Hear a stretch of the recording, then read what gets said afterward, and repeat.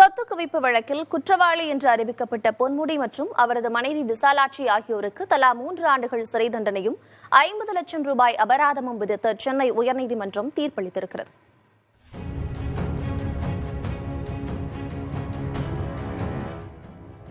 நீதிபதி ஜெயச்சந்திரன் முன்பு வழக்கு விசாரணைக்கு வந்தபோது பொன்முடி மற்றும் அவர் மனைவி விசாலாட்சி ஆகியோர் ஆஜராகினர். அவர்களிடம் தண்டனை விவரம் குறித்து நீதிபதி கேள்வி எழுப்பினார். அப்போது இருவரும் வயது, உடல்நிலையை கருத்தில் கொண்டு உத்தரவு வழங்க வேண்டும் என கோரிக்கை வைத்தனர். மூத்த வழக்கறிஞர் NR இளங்கோவும் இருவரின் வயது மற்றும் மருத்துவ காரணங்களை கருத்தில் கொண்டு குறைந்தபட்ச தண்டனை விதிக்க வேண்டும் என்று கோரிக்கை விடுத்து இருவரின் மருத்துவ அறிக்கையை தாக்கல் செய்தார்.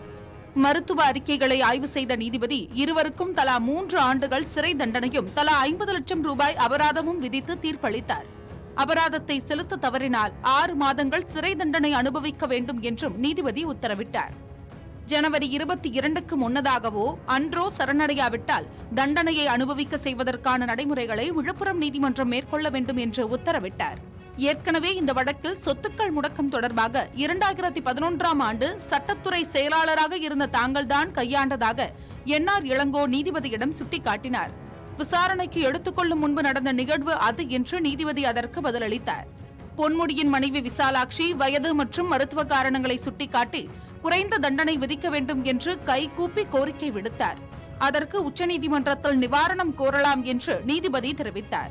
சரணடைய அவகாசம் வழங்கப்பட்டதால் அமைச்சர் பொன்முடி மற்றும் அவர் மனைவி விசாலாட்சி ஆகியோர் சிறை செல்ல வேண்டிய அவசியம் தற்போது இல்லை. இருப்பினும் தீர்ப்பு காரணமாக பொன்முடி MLA-வாக பதவி வகிக்கும் தகுதியை இழந்துள்ளார். 2006, 2011ஆம் ஆண்டுகளில் உயர்கல்வித்துறை அமைச்சராக பதவி வகித்த போது வருமானத்திற்கு அதிகமாக 1,75 லட்சம் ரூபாய் அளவுக்கு சொத்து சேர்த்ததாக பொன்முடி மற்றும் அவருடைய மனைவி விசாலாட்சி ஆகியோருக்கு எதிராக 2011ஆம் ஆண்டு லஞ்ச ஒழிப்புத்துறை வழக்கு பதிவு செய்தது. இந்த வழக்கை விசாரித்த விழுப்புரம் சிறப்பு நீதிமன்றம் இருவரையும் விடுதலை செய்து 2016ஆம் ஆண்டு தீர்ப்பளித்தது.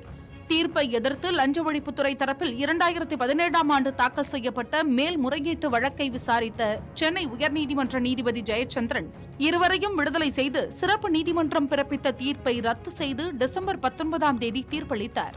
வழக்கில் இருவரையும் குற்றவாளிகள் என அறிவித்த நீதிபதி தண்டனை விவரங்களை தெரிவிப்பதற்காக வழக்கின் விசாரணையை தள்ளி வைத்திருந்த நிலையில் 3 ஆண்டு சிறை தண்டனை விதித்துள்ளார். புதிய தலைமுறைக்காக செய்தியாளர் முகேஷ்.